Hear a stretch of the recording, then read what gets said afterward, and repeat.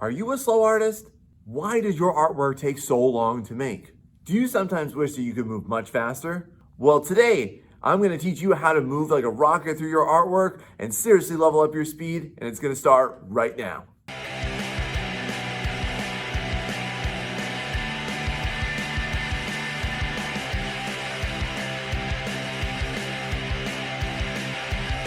What's up, y'all? This is the Art Mentor. My name is Sean, and yes, you heard it right. This is not clickbait. This is not a scam. I want to teach you how to seriously level up your working speed so that you can create more art, better art, and more often. If you've ever wondered why you are such a slow artist before, if you feel that you fall into this category, let me tell you what it is not. It has got nothing to do at all with your time allotment. It has nothing to do with your experience level. And it definitely isn't because you're a perfectionist. In this video, I'm going to show y'all how to increase your working speed by as much as 2 to 4 times just with some simple technique and some simple mindsets. So now let's jump into this. So let's talk about what this deficit is. What is the secret sauce that allows some artists to move like a rocket around their artwork and you're moving like a snail in set? Well, listen, there's only 2 main principles that you need to apply better to your artwork in order for you to move much faster and more efficiently, and that is priority and focus. So let me give you a hard concrete example here. I'm going to show you the same drawing done in 20 minutes by a novice artist and again by a seasoned artist. And I want to show you just how 20 minutes sets you up for success or failure and regret and shame. So let me show you here. We're going to take a look at the easiest thing I think of, which is drawing from a reference. Here we're going to see the artist make several really big rookie mistakes. First off, they're only going to start with a single shape in the entire composition, and they're going to be compelled to perfect it before they allow themselves to move on. This is a really tunnel vision way that a lot of novice artists work, and what it does is it forces them to commit to one singular object at the expense of sacrificing the rest of the entire composition. Y'all, this is kind of like if you had 6 kids and you were only able to feed and clothe one of them at a time. It's not a very smart way of working. Also, we're going to see a really novice rookie mistake happen here, which is that they're going to push down and feel the need. They're going to feel compelled to just murder their outlines on every single one of these, meaning that they're going to push down incredibly hard. All of these are just really inadvisable, simple mistakes that novice artists make. So now that that's done, let's go ahead and take a look at how this looks versus the reference. So first off, I want you to notice how the shape is very incorrectly positioned. There's too much negative space, which skews everything, and as soon as you try and put everything else in, it's all going to be jacked up. The values are also totally off. This is way too dark, and it's a very common issue that you see when people tunnel vision on the one singular shape. This also creates really poor contrast. The shapes kind of blend together on the sides, you're going to notice. And this overall, it demonstrates confusion. There's no concrete focus. There's no real plan of action for how somebody should go about this.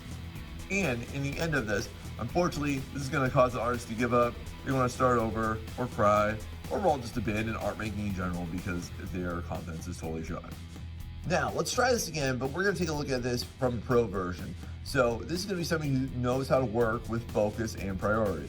So somebody that's more seasoned as an artist is going to know that their first priority in anything is going to be composition. So they're going to take a look and make sure that everything has the correct placement, the correct size, the right angle, everything everywhere. This saves hours of work later, because the last thing you want to do is spend hours trying to perfect out one single thing and then have to go back to it and replace it and resize it or re-angle it. That's a pain in the butt. Overall, as you start to add in value, I'm going to recommend that instead of starting with one piece at a time, you start and work in value in waves. This means that it's easiest to start with the lightest values of each space and object, and it's also the easiest way to create balance and contrast because it's a slow buildup.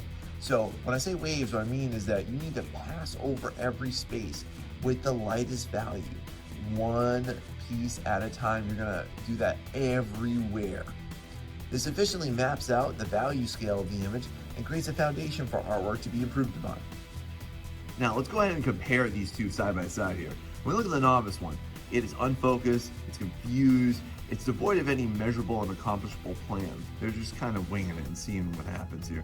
This is a real piecemeal approach rather than a comprehensive approach that's going to lead them to success. Versus again, with a more seasoned or professional artist, they know what to focus on. They know how to implement what each stage of the artwork is going to look like with a priority list in their mind. They're at peace with its imperfections as well. There's no sense of perfectionism dominating their artwork. And they work in waves, not pieces. Again, they're going over everything, giving everything the same type of treatment, and then going back to it again. This effectively establishes the bones of an artwork and allows them to work a lot faster because they are going to make a lot of mistakes in the beginning. And in the beginning, artwork is always easy to fix because if it has strong bones, then it's easy to amend. All right. So maybe you're not convinced just yet that priority and focus can seriously help you level up your artwork. So what I'm gonna do is I'm gonna teach you how you can apply this to any type of artwork. I'm gonna show you several examples of mine, and here we go. So now you can also apply these techniques to your paintings very easily. So one of the things I always recommend that people do whenever painting is, first off, you gotta annihilate the white. It's so much easier to work at a painting when there's no white space. White space equals stress to most professional artists. They wanna get that stuff covered up. Once you have that done, then you can go ahead and you can bust into all your different values. You can mix in your complementary values. And then as a final touch on there, go ahead and put on your textures. But you want to make sure that you do it in that order. You go from, again, just annihilating all the white. Take care of the stress of having to fill space. Once you remove that stress, your life becomes a whole lot less stressful because then it's just a matter of detail work, adding more colors, adding more pigments, adding more tints and shades into it, and then finally going ahead and add on those textures. But definitely use this process for that as well. Now let me show you how to take your portrait from this to this, using focus and priorities in order to get things done. Now the beginning stage of every single portrait I do, it always looks silly, it always looks derpy, it's not very nice looking. But then from there, you can go ahead and clean things up.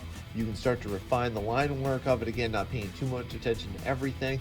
Go ahead and give it some basic passes of color. Again, it should look kind of graphic at this point. From there, you can go ahead and start to add in some more details, some more values into it. And then from there, it's just a matter of adding on little bits here and there. But again, in the entire process of a portrait, you should work in waves is how I always recommend it. So you're gonna work in waves of value, waves of color. You're gonna give equal treatment to everything. And boom, at the end of this, then you're gonna have a nice looking portrait, just like this one I made some years ago of Joel from The Last of Us. Now just to put this whole thing together and to show you what you can do with focus and priority, I'm going to show you a speed paint from one of my illustrations for a comic I've been working on for a while. So in the scene, it's going to start off with a very simple, basic, rough sketch, not that pretty looking whatsoever. And then through my priority list, I know what to focus on, which is I'm going to go ahead, I'm going to add in bases of color to my characters. Then I'm going to go ahead and I'm going to start to pick out pieces, and I'm overall just going to work in waves around them. So you're going to see me working in waves around each character, each part of their body, and basically I'm going to give the same level of treatment. So whenever you're making illustrations, I very much recommend, and a lot of other professional artists will recommend this too, that you should work and give every single piece of your illustration a little bit of your love, and then keep coming back to it. So think of it like a cycle. You're never going to sit there and knock out and bang out one entire piece. You're going to work at it pieces and waves at a time of it. And then at the end, you're going to have a nice finished product. This is a great way for you to just put everything together into one artwork. So now that you know that moving with purpose and priority in your artwork will help you substantially level up and accelerate your art making capabilities. And if you want to learn more about how to draw and paint better, definitely check out the rest of my channel so that you can get learned on that. Thanks so much for watching, y'all. This has been the Art Mentor. See you next time.